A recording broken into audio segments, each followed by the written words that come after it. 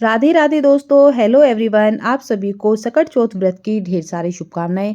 आज की वीडियो में हम जानेंगे सकट चौथ व्रत की पूजा कैसे करें तथा हम कथा कैसे करें।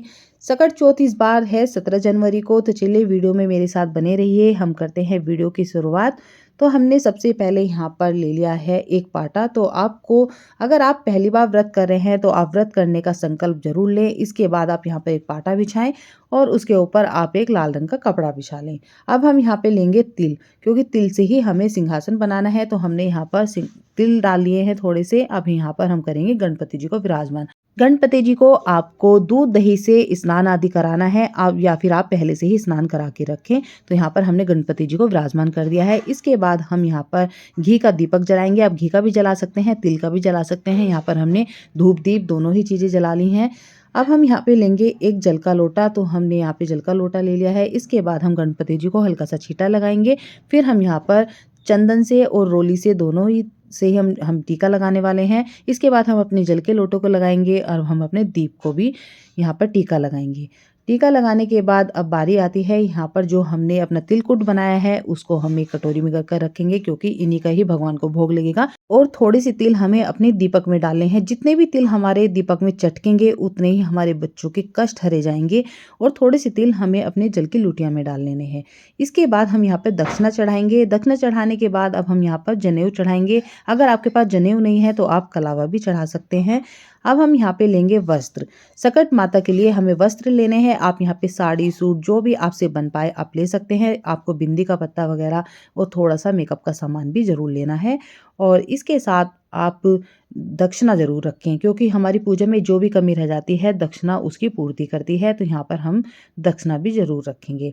अगर आपने पहली बार व्रत रखा है तो आपको साड़ी सूट जरूर निकालना है।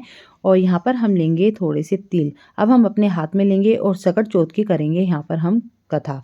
कथा की पूरी वीडियो मेरे चैनल पर आ चुकी है, आप जाकर देख सकते हैं। इसके बाद हम यहाँ पर अपनी कथा कहेंगे। जब हमारी कथा हो जाएगी इसके बाद हम कहेंगे गणेश जी की कहानी। तो हमें गणेश जी की कहानी भी जरूर कहनी है। और जब हमारी कथा और कहानी दोनों हो जाएंगी तो इसके बाद हम जो हमने हाथ में तिल लिए हैं इसमें से थोड़े से तिल हम गणपति जी पे चढ़ाएंगे, थोड़े से तिल हम दिए में डालेंगे और थोड़े से तिल हम अपने जल के लोटे में डालेंगे। जो बाकी के बचे हुए तिल हैं उसको हम शाम के लिए रख देंगे। जब हम शाम को चंद्रमा को अर्घ्य देंगे तब हम वे तिल उसके अंदर डालेंगे। तो इस तरह से हमारी यहाँ पर पूरी पूजा हो जाएगी। तो हमें इसी तरह से अपनी पूजा करनी है। ये जो हमारा जल का लोटा है ये जाएगा सूर्य भगवान को और शाम के टाइम जाएगा हमारा चंद्रमा भगवान को। इसके बाद हम करेंगे यहाँ पर गणपति जी की आरती। आरती हमें पूरे श्रद्धा भाव से करनी है। आरती करने के बाद हम करेंगे यहाँ पर क्षमा याचना। क्षमा याचना हमें जरूर मांगनी है, क्योंकि बहुत सारी कमियां हो जाती हैं पूजा में। और यहाँ पर हम धूप दीप दिखाएंगे गणपति जी को, खुद भी हमें धूप दीप लेनी है। और इस तरह से हमारी पूजा संपन्न हो जाएगी।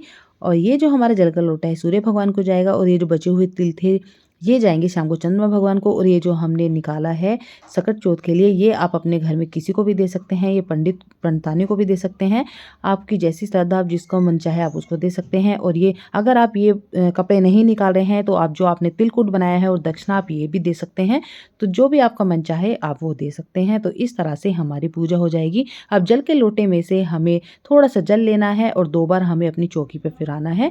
तो ये हमारी पूजा संपन्न हो गई है। तो कैसी लगी आपको मेरी ये वीडियो मुझे आप कमेंट करके जरूर बताना। ऐसी ही अच्छी अच्छी वीडियो मैं आप सबके लिए लेके आती रहूंगी। सभी को मेरी तरफ से तिलकुट चौथ की ढेर सारी शुभकामनाएं।